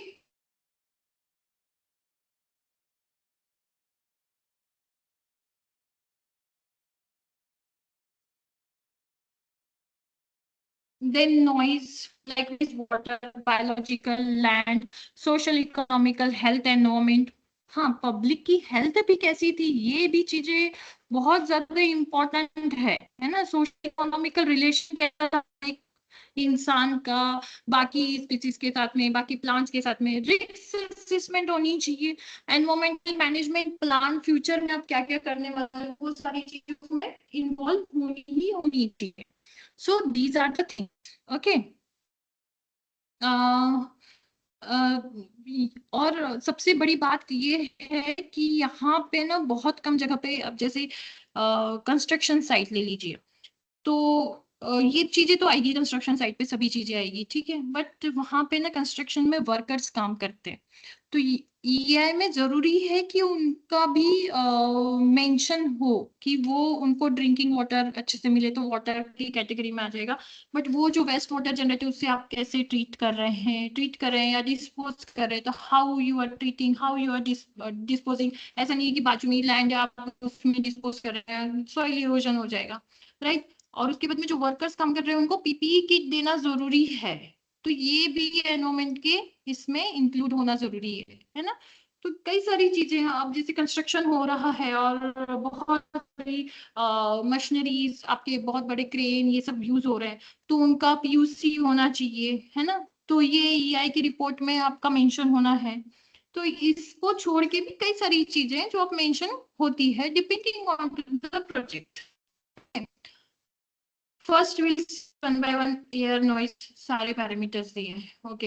एयर का देखते हैं, determination of the impact zone and developing a monitoring network. कहाँ कहाँ इम्पैक्ट होगा, monitoring existing status of the ambient air quality with in the impacted region 7 to 8 10 kilometre of the periphery, जहाँ पे भी आपकी इंडस्ट्री है उसके 7 से 10 किलोमीटर तक एम्बियंट एयर की क्वालिटी क्या है उसका मॉनिटरिंग होना चाहिए। फिर मॉनिटरिंग में मेट्रोलॉजिकल पैरामीटर ऐड होने चाहिए, जैसे कि wind speed, wind direction, humidity, ambient temperature. Now the estimation of the quality of the air emission भी उसमें इंक्लूडेड होने चाहिए, है ना, from the propose side. Then identification and quantification and evaluation of the other potential emission within the impact zone. ये सब भी होना चाहिए। Then prediction of the changes in the ambient air quality through the air quality models. बहुत सारे models है air quality के, Gaussian model, plume model, ये सारे मॉडल्स हैं।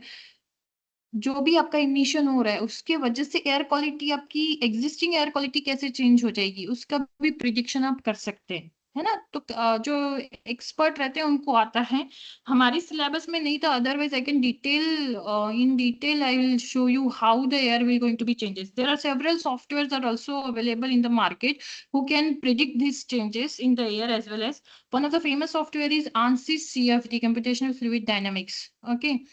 अगर किसी के क्या कहें, किसी को करना है तो उसमें कर सकते हैं, ठीक है। Now moving towards the next, that is evaluation of the adequacy of the proposed pollution control device to meet the gaseous and emission and ambient air quality standards, okay. Lastly, delineation of mitigation measures at source, pathway and receptors. Yes, this is the most important thing, okay। Mitigation measure सिर्फ source में होना जरूरी नहीं है, pathway, air को control करना बहुत मुश्किल है, तो उसके number of pathways are will going to be developed, okay, and receptor, whosoever is going to be consumed that change air, okay, that change air, that is nothing but a receptor, ठीक है। तो वो सारे receptor के लिए भी mitigation वहां तक के सोचना है आपको कि सोर्स में ही पहले कैसे रिड्यूस करे, फिर पाथवे कैसे चेंज करे, और रिसेप्टर को ऐसा क्या पीपी की दे कि जिसकी वजह से उस पर इम्पैक्ट ना हो। ये तो हम विद इन इंडस्ट्री बहुत अच्छे से कर सकते हैं, बट जब इम्पैक्ट 7 to 10 किलोमीटर होता है ना पेरीफेरी की, तो बहुत मुश्किल होता है। जैसे कि आप कोई शुगर केन की इंडस्ट्री ले लो, इतना ज्यादा मीथेन होता है, इतना ज्यादा हाइड्रोजन सल्फाइड होता है। आप अगर उसके आसपास कोई ट्रेन भी जा रही हो, कोई बस भी जा रही हो ना, तो स्मेल से समझ में आ जाता है, अरे बाप रे, कोई तो शुगर केन की इंडस्ट्री, इतना गंदा स्मेल आता है। तो रिसेप्टर तो वो ट्रैवलर भी हो गया ना, तो बहुत मुश्किल है एयर का जो भी मिटिगेशन करना रिसेप्टर के लिए, वो बहुत मुश्किल है। पर फिर भी हो सकता है, ऐसा नहीं कि नहीं हो सकता है, you have to apply some cost over it and then you can achieve it. और लॉन्ग टर्म सॉल्यूशन मिलते हैं, ऐसा नहीं कि आज ही कॉस्ट लगाओ और आज ही खत्म हो जाए, नहीं, रोज का नहीं, एक बार कॉस्ट लगानी है और हमेशा परमानेंट सॉल्यूशन मिल जाएगा बहुत अच्छे से। अगर एनारोबिक ट्रीटमेंट दो एयर इंस्टेड ऑफ एरोबिक, तो बहुत कंट्रोल वे में आपको गैसेस मिलेगी और नेचुरल बायोगैस मिलेगी।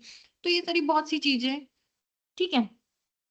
Now coming toward the next, that is a noise environment. How is the noise environment? Okay. Monitoring the present status of the noise within the impact zone. अगर कोई आपका GIDC zone है या कोई भी zone है, उसका नॉइज अगर आप देखो तो वो अंडर कंट्रोल ही आएगा। Okay, now predicting the future noise level, जो भी आपकी इंडस्ट्री है उसकी वजह से कितना नॉइज हो सकता है। टेक्सटाइल तो बहुत नॉइज प्रोड्यूस करती है, कंस्ट्रक्शन भी बहुत ज्यादा, बहुत कम इंडस्ट्री ऐसी है जो साइलेंटली काम करती है ना। जैसे कि मैंने बताया मेरे घर के पीछे एक डायमंड इंडस्ट्री है, टचवुड, वो उस इंडस्ट्री से नॉइज नहीं आता है जब कोई फंक्शन, क्योंकि उनकी मशीनरीज ही ऐसी है, under temperature and pressure he diamond बनाया जाता है, तो साइलेंट मशीनरीज होती है, कोई ज्यादा इम्पैक्ट, कोई ज्यादा नॉइज का इतना पोल्यूशन नहीं होता है। इवन मैं बता रही हूँ, मेरा घर काफी दूर भी नहीं है, मतलब जस्ट उनकी कंपाउंड वॉल और हमारे घर की कंपाउंड वॉल एक ही है। जब उनके यहाँ पे कोई प्रोग्राम रहते हैं डायमंड इंडस्ट्री में और जब वो लोग क्लैप करते हैं, वो तक सुनाई देता है मुझे, है ना। तो बस उनका जो कोई सेलिब्रेशन डे रहता है तभी बस महसूस होता है कि हाँ डायमंड इंडस्ट्री है, और सुबह आने जाने का ट्रैफिक, बस that's it. Otherwise noise level बिल्कुल अंडर कंट्रोल है ना। तो ये तो नॉइज तो हम कोई भी आम आदमी बिना इंस्ट्रूमेंट के भी बता सकता है। So these are the thing, you have to predict the future of the noise and propose the mitigation over it, identify the impact due to the anticipating rise in the noise of the surrounding environment, क्या क्या impact हो सकते हैं, और फिर उस हिसाब से mitigation देने होंगे। Water environment, okay, study of existing groundwater, surface water, दोनों का स्टडी होना चाहिए, हर एक characteristics, pH, colour, turbidity, then BOD, COD, क्या आपका क्लोरीन, फिर अदर हैवी मेटल्स के जितने भी टेस्ट हो रहे हैं वो सारी चीजें, salt concentration, hardness, TDS, total dissolve solid, ये सारी चीजें उसमें इन्वॉल्व होनी चाहिए जो हमने लास्ट सेमेस्टर में देखी थी, है ना। ग्राउंड वाटर और सरफेस वाटर दोनों की क्वालिटी चेक होनी चाहिए। Then prediction if the impact on to the water resources, prediction होनी चाहिए उन सबके, quantification and characteristics of the waste water, कितना वेस्ट वाटर जनरेट हो रहा है और उसकी कैरेक्टरिस्टिक्स कितनी है, दोनों जरूरी है, quantity as well as quality, जैसे कि मैंने बताया, including toxic organic from the propose activity, organic pollutant into the waste water. Quantity भी बहुत जरूरी है, बहुत ज्यादा वेस्ट वाटर नहीं प्रोड्यूस होना चाहिए, अंडर कंट्रोल होना चाहिए। तो minimising the usage of the water, that's the thing. वो लिखा हुआ आता है ना वहां पे, यूज, कई सारे इंडस्ट्री में होगा, use water wisely, water is a life, poster छपे होते हैं, वो किस लिए होते हैं, इसीलिए होते हैं कि हम क्वांटिटी को कंट्रोल करें वेस्ट वाटर जनरेशन की, है ना। Now the evaluation of the proposed pollution prevention and the wastewater treatment system if required, then prediction of the impact of effluent discharge on the quality of the receiving body, water body, using appropriate models. Then next is the assessment of the feasibility of water recycling and reuse and desalination of the detailed plan in this regards. EI में कुछ हो ना हो पर water recycling तो होना ही चाहिए। अगर कोई नॉर्मल EI का भी बंदा है ना, तो भी वो वाटर रिसाइकलिंग रियूज का पैरामीटर डालेगा ही डालेगा EI में, तब भी आपको सैंक्शनिंग मिलेगी। क्यों, कैसे, मैं बताती हूँ। जो बैलेंस 3 कोर वैल्यूज है ना, जिसमें एक ये आता है, क्या कहते हैं, इंटीग्रिटी EI की, उसमें कहा था फेयर, अनबायस, बैलेंस होना चाहिए EI। तो एयर को हम प्यूरिफाई करना बहुत मुश्किल है, कोई प्यूरिफायर भी लगा दो तो जीरो एयर पोल्यूशन अचीव करना मतलब बहुत ही मुश्किल, नॉइस को भी नहीं कर सकते पर वाटर को कर सकते हैं। वाटर को हम इतने अच्छे से ट्रीट कर सकते हैं कि वो पूरी तरीके से रीयूज हो जाए। तो जो हम देखते हैं ना इंडस्ट्री में गार्डन होते हैं, तो वो क्या करते हैं, ये जो वेस्ट वाटर होता है उसको ट्रीट करते हैं और उसको यूज करते हैं for irrigation purpose, for gardening purpose, for flushing purpose. तो इस तरीके से दिखाना तो बहुत जरूरी है। तो ये क्या हो जाता है, बैलेंस हो जाता है। चलो एक पैरामीटर अगर आप कंट्रोल नहीं कर पा रहे, अच्छे से मिटिगेट नहीं कर पा रहे हो, पर दूसरा तो कर पा रहे हो, तो इसमें ईआई मिलना बहुत ईजी है। तो ये बेसिक ईआई पर्सन का गाइडलाइन तो होता ही होता है कि वाटर को रिसाइकल करना है। ठीक है, next biological environment, survey of flora fauna, जितना भी हरियाली है उसका सर्वे होना चाहिए, आम भाषा में ग्रीनरी जितनी है। Clearly D lining season and duration, season के हिसाब से और ड्यूरेशन के हिसाब से होना चाहिए। Assessment of the flora fauna with in the impacted zone, then assessment of the potential damage to the terrestrial and aquatic flora fauna due to the discharge of effluent or gases emission. फिर next आता है emission of the terrestrial flora fauna due to air pollution and land usage and landscape changes. Then assessment of the damage aquatic and marine flora fauna due to physical disturbance of the alteration. Then prediction of biological stresses within the impact zone of the proposed project and delineation of the mitigation measure to prevent and reduce the damage. Yes. सी आपके आसपास कितनी greenery है उसका सर्वे होना चाहिए, उसको क्या क्या इम्पैक्ट है। ग्रीनरी इन हम आम भाषा में फ्लोरा फ्लोना कहते हैं, है ना। एफएनएफ, हम उसे एफएनएफ शॉर्ट फॉर्म है इसके लिए। एनवायरमेंट में कई बार आता है एफएनएफ कितना है आपका, कितना कम हो जाएगा, उसका इम्पैक्ट क्या क्या होगा आपकी इसमें, और उसको मिटिगेट कैसे करेंगे। तो इसलिए ट्री प्लांटेशन एक्टिविटी होती है ना। हर एक इंडस्ट्री में, कोई भी इंडस्ट्री ले लो, ट्री प्लांटेशन एक्टिविटी होना ही होना है, हर महीने होना है। जो बड़ी लार्ज स्केल कैटेगरी ये इंडस्ट्री है उसमें तो हर महीने ट्री प्लांटेशन एक्टिविटी होती है। वो किसके अंडर में होती है, इसी के अंडर में फ्लोरोफिल। हम एक जगह की बर्बाद कर रहे हैं पर दूसरी जगह हम पेड़ भी तो लगा रहे हैं, है ना। तो ये एक तरीके से क्या हो गया, मिटिगेशन हो गया है ना। Now the land environment, study of the soil characteristics, existing land use and topography, landscape, drainage pattern within the impacted zone, estimation of the impact of the project and land use, topography, drainage and hydrology. देखिए जो soil होती है ना, soil land environment का study बहुत complex है, बहुत ही ज्यादा। ठीक है, टोपोग्राफी तो बहुत इजी है कि हाँ इतनी ऊंचाई है, इतनी नीचाई है, इतना एलिवेटेड है, इतना लो लेवल है लैंड, है ना। और लैंड यूज, लैंडस्केप भी हम अच्छे से बता देते हैं। Hydrology, prediction of the rainfall जो आता है हाइड्रोलॉजी के अंडर में, ये भी चलो एक बार कर ही लेते हैं, है ना। पर उसके साथ में कितना पोल्यूशन होगा वो डिपिक्ट करना बहुत, वो प्रेडिक्ट करना बहुत मुश्किल हो जाता है। और ड्रेनेज इनफिल्ट्रेशन कितना होगा, उसकी वजह से कितना ग्राउंड वाटर इम्पैक्ट होगा, ये प्रिडिक्ट करना ना बहुत मुश्किल है। तो ईआई में ये जो आपके सारे जितने पैरामीटर है वो काफी डिटेल में डिस्क्राइब होते हैं, बट जब आप लैंड पे आते हो ना तो बहुत छोटा पैराग्राफ या 1 पेज डिस्क्रिप्शन होता है ना। और जनरली जो क्लोज इंडस्ट्री होती है, जहाँ पे क्या कहते हैं, स्लैब अंडर बिल्डिंग इंडस्ट्री होती है, क्लोज इंडस्ट्री उसको कहेंगे, जहाँ पे अंडर बिल्डिंग इंडस्ट्री, उसमें तो ये काफी ज्यादा कंट्रोल मैनर में हो जाता है। बट जो ओपन इंडस्ट्री है, जैसे कि कंस्ट्रक्शन इंडस्ट्री हो गई, है ना, तो वहां पे ये थोड़ा थोड़ा क्या बहुत ही मुश्किल हो जाता है ये सब सॉइल को कंट्रोल करना। ठीक है, identification of the potential utility of the treated effluent into the land application. Yes, तो भी आपका इंडस्ट्री से वेस्ट वाटर जनरेट हो रहा है, that is nothing but the effluent, उसको ट्रीट करके कहाँ पे लैंड पे अप्लाई कर रहे हैं तो उसका क्या क्या इम्पैक्ट होगा वो भी प्रिडिक्ट करना बहुत जरूरी है। और अगर वो इम्पैक्ट कर रहा है तो उस पर मिटिगेशन दीजिए। Estimation and the characterization of the solid waste and delineation of management option for minimization of the waste and environmentally compatible disposal. That is the most important thing. Now, next is the social, economical, and the health environment. Yes. Collection of the demographic and related social economical data. एक ये क्या graph pattern में होता है। Social economical data कितना socially involve है, कितना economically develop है, ये ग्राफ के थ्रू होता है। वाई एक्सिस में आपका इकोनॉमिक आता है और एक्स एक्सिस में सोशल आता है। कितना इंटरेक्शन हो रहा है और कितना इकोनॉमिक इंक्रीज है ना। ये ग्राफ होते हैं डेमोग्राफिक। कई सारे सॉफ्टवेयर्स भी हैं जो ये बनाते हैं सोशल इकोनॉमिकल, अगर आप इसमें डेटा डालोगे तो भी हो जाएगा।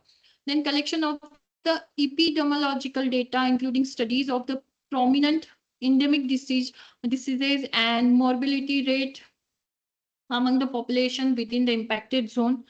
ठीक है, इंडेमिक डिसीज का भी उसमें मेंशन होता है। Then projection of the anticipated changes in social economic and health due to project and related activity that should be anticipated. Okay, कितना हेल्थ पे इम्पैक्ट होगा, है ना, कितना सोशल इकोनॉमिक पे इम्पैक्ट होगा। Then delineation of the measures to minimise the adverse impact, उसके mitigation देना बहुत जरूरी है।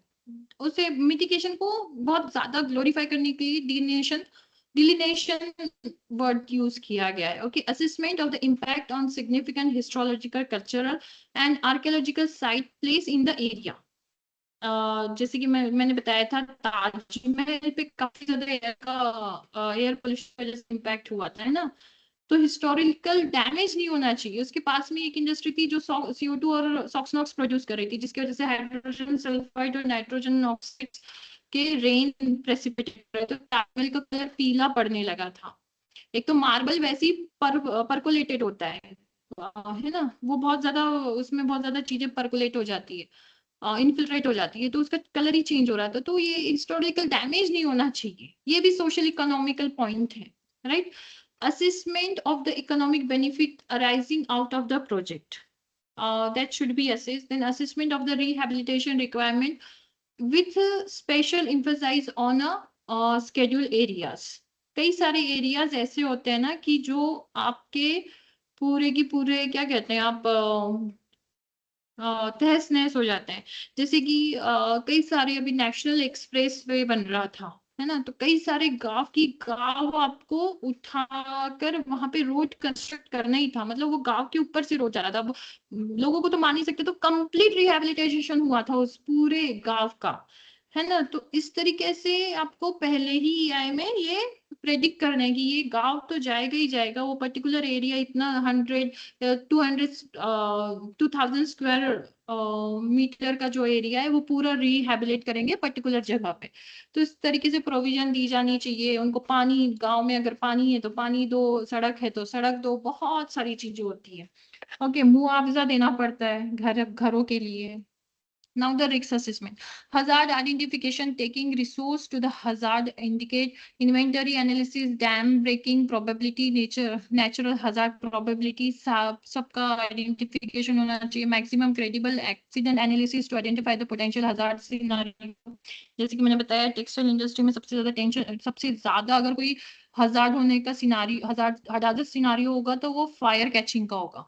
तो इसलिए वहां पे वाटर स्प्रिंकलर ऑलरेडी अटैच होनी चाहिए, है ना।